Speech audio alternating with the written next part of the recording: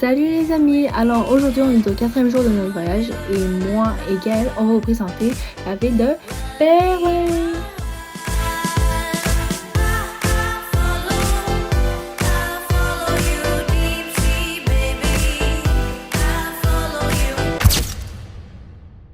Alors maintenant, on est à l'aéroport de Berlin-Brandenburg et on prend le train pour s'en aller à Berlin-Haute-Bahnhof, qui est une station où on retrouvera bientôt notre hôtel.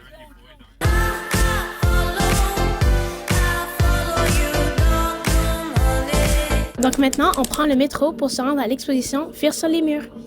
Mais avant, un peu de contexte.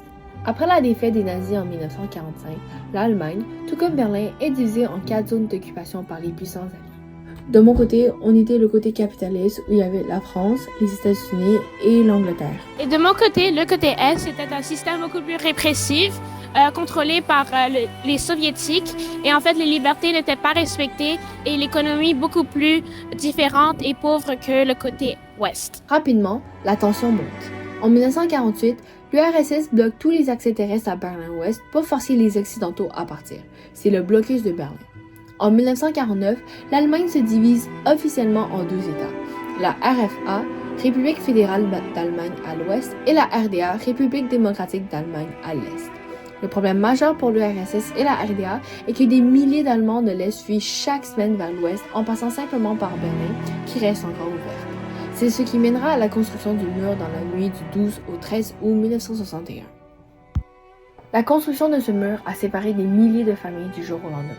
Comme il s'est construit durant la nuit, de façon totalement soudaine et sans avertissement, le lendemain matin, les gens se sont réveillés coupés de leurs proches.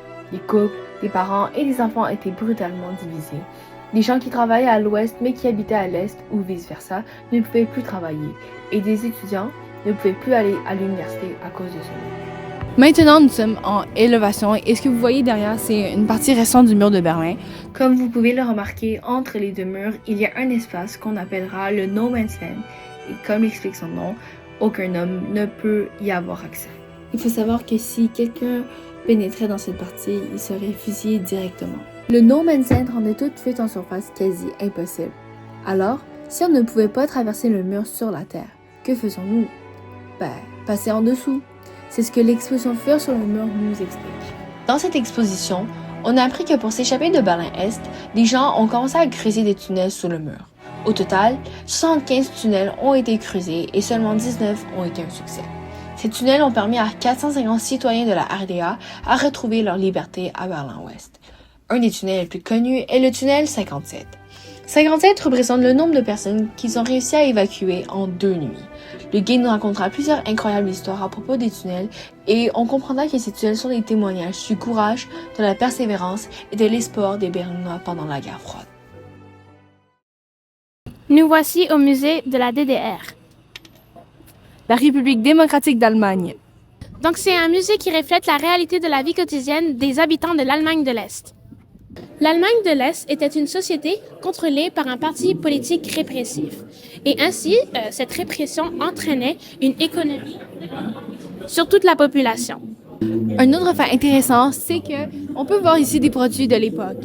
Quelque chose à remarquer, c'est que les prix étaient imprimés sur les produits, ce qui ne se passe plus au Canada, même pas pour le prix des cigarettes. Donc dans le fond, ça veut dire que c'est l'État qui détermine le prix des produits.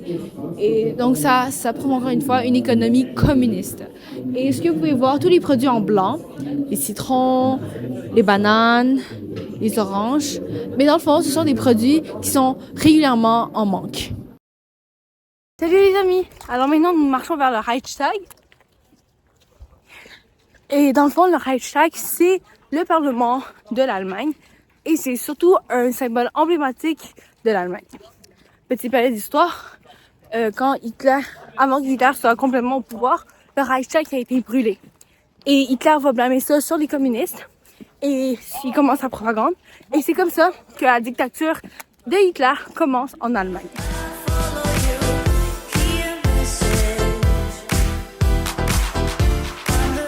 Après une longue nuit, on reprend le train pour se rendre à East Side Gallery.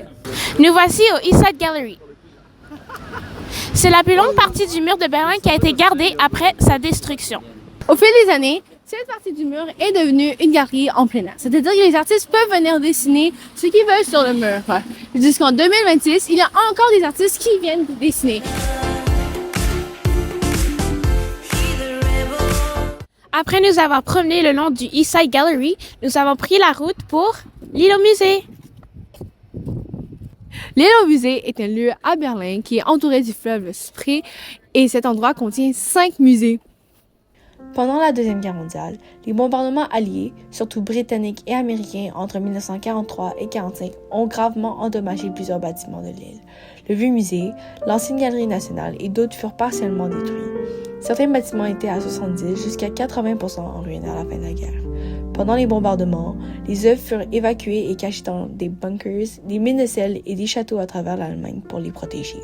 Mais à la fin de la guerre, l'armée soviétique saisit une grande partie de ces collections comme butin de guerre et les a emportées à Moscou et Leningrad. Jusqu'à aujourd'hui, des milliers d'œuvres n'ont jamais été restituées. Également, l'île au musée se retrouve en Berlin-Est. La RDA a lentement restauré certains bâtiments de l'île, mais avec des moyens limités. L'île reste symboliquement importante pour le régime est-allemand comme vitrine culturelle. Après la chute du mur en 1989 et la réunification allemande, un grand projet de restauration a été lancé pour rénover tous les musées de l'île. Maintenant, nous sommes au mémorial des Juifs assassinés et chaque pierre qui est là représente comme une tombe. Et ce qui est très spécial avec ces pierres, c'est qu'ils sont tous de la même largeur et de la même longueur, mais de différentes hauteurs.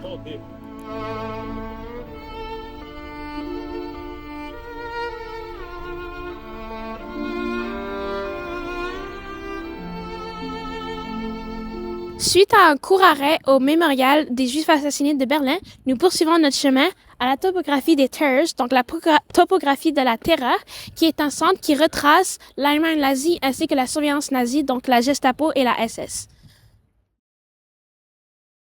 Comme je l'ai dit, ce centre est chargé d'informations sur l'Allemagne nazie, dont la police nazie. Voici dans ce centre une partie extérieure où l'on voit des vestiges des quartiers généraux de la SS et de la Gestapo. Il y a aussi une partie extérieure avec une fraction du mur de Berlin. Ici, on peut comprendre comment la propagande peut affecter une société. Et là, nous voilà dans la partie intérieure de la topographie de la terreur qui, à l'aide de panneaux explicatifs, retrace et se concentre sur la police, Gestapo, la SS et des histoires plus précises, des informations sur le pouvoir de la surveillance nazie. On y retrouve également des expositions qui permettent de comprendre comment était la vie dans ce système politique autoritaire comme l'Allemagne nazie. Cheers.